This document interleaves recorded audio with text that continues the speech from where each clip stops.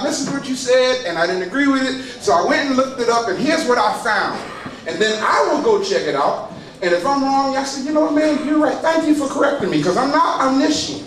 That means I don't know everything. Okay? But you can rest assured I'm not going to stand up here and open my mouth and say something unless I have done some homework on it. Yes. Are we clear? Yes. I got too much respect for you to do that. Let me continue. Today's topic for lecture is Kemetic Spiritual Preparation in Times of Crisis. Your true armor for warfare. Now, so that I know who I'm talking to, how many people here came up in a Christian background? Let me see your hand. Okay.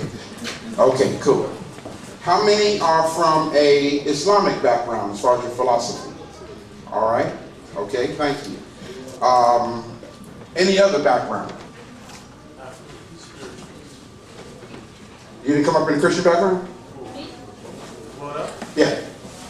Okay, all right. See, the reason why I say that, see, especially dealing with, as a psychologist, you have to understand something, family.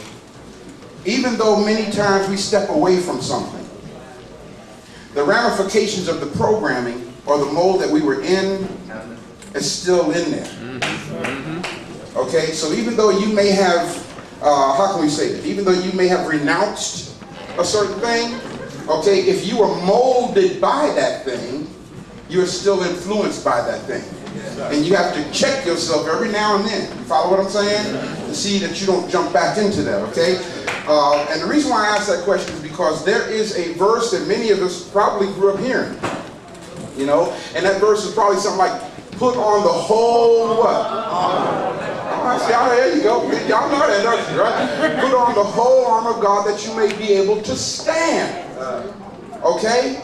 The purpose of being able to stand is because you're at war. And we are at war. Okay? Let's move further. What is Kemetic spirituality? Because that's the part of the topic. Kemetic spirituality. All right? Now, the truth of the matter is, and technically speaking, it is redundant to say Kemetic spirituality. Why is that? Because the word, let's first deal with the word Kemetic, okay? And forgive me for walking back and forth, but I don't have the remote working today. According to our best African scholars, the designation that is characterized by the English letters KMT means the place or land of black. That's it. Okay? When it comes to geological purposes, all right, Kemet is known as black land or the land of the blacks. As far as anthropological purposes, people from that area are considered Kemetic or black thinking people. Sociological, philosophical, you name it. So the word or the letters KMT. Now notice there are no vowels there. We write it as K-E-M-E-T. Some people write it as K-A or K-H-A-M. All right? T-I-C. Kemetic, okay? The reason why there are no vowels there, people, is because, first of all, we're talking English characters. English characters was not a part of the paradigm of ancient Egypt. Repeat it again, please. Got that? English characters was not a part of the paradigm of ancient Kemet. And we're at a handicap because we're trying to relate to you ancient African principles in English. Are y'all grabbing what I'm saying? Yes, so whenever you try to describe anything African in English, you're going to mess it up. Yes, sir. Right off the bat.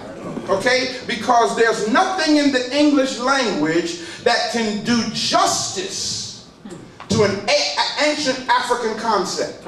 Why? Because we're using English. Teach. And the very language itself is a handicap. Yeah. Make it plain. So the best we can do with our limited way of communicating is to try to give you a reasonable facsimile of what our ancestors were trying to say. Yes, sir. Because we deal with English, we use an alphabet, English alphabet, KMT. All right, they didn't use the letters KMT in ancient Egypt. Okay? We must understand that. And it's deep because sometimes I listen to us get into arguments with each other. Okay? Oh, a senseless argument over an English variation of something. Am I making sense, y'all? Yes, sir. Okay? So sometimes people say things to me, you know, like for example, I remember one time I was talking to somebody and we were talking about the Medunetta. So this brother who thought he was deep walked up and said, it's not the Medunetta, it's the Medunetta. That's what go on.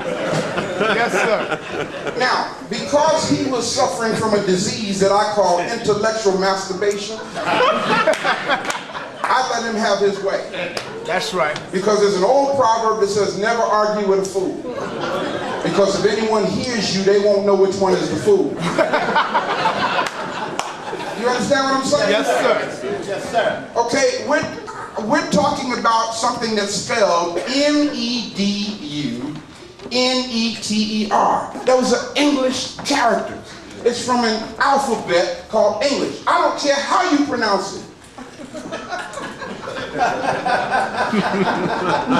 Because you're still speaking English. Yes. It's an African concept. So look at the person near you and say, let's not get hung up over a mess like that.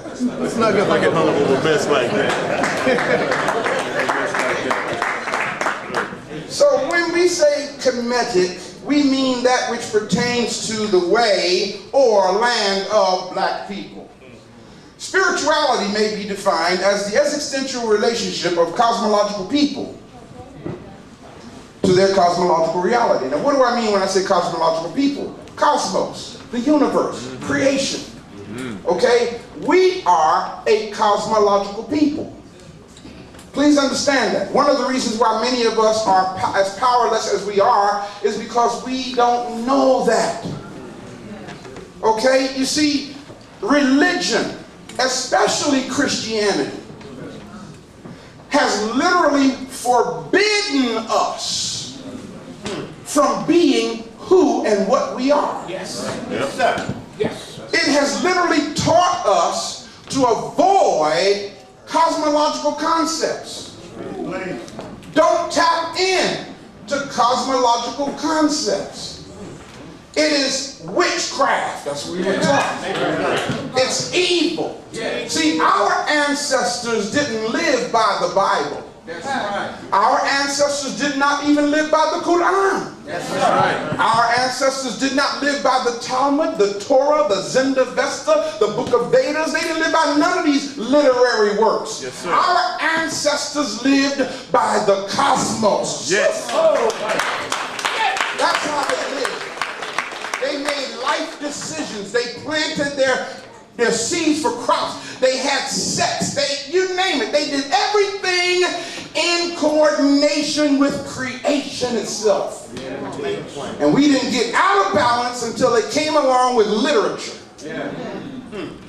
called sacred writings. Some of you call it a Bible. Others you call it a Quran or whatever you want to call it. Some of you call it an email.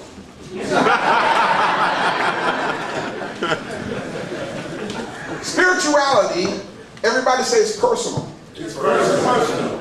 Okay, let me break that down for you right quick. Spirituality, brothers and sisters, is not corporate. And that's where we mess up in most churches. Okay, you join a church and you go through what is called a membership orientation program, which is really nothing more than brainwashing. That's it. That's really all it is. Because it's saying if you want to be in this church, this is what you must think. There's not an orientation program on this planet in any church that teaches you how to think. That's right. They only tell you what to think or what is the doctrine in that particular church. That's why the word is called indoctrination. Am I making sense, people? Yes, sir. So spirituality is not corporate. In other words, it's not something that all of us in this room experience in the same way. When I have a spiritual encounter with the Creator, guess what? It's for me.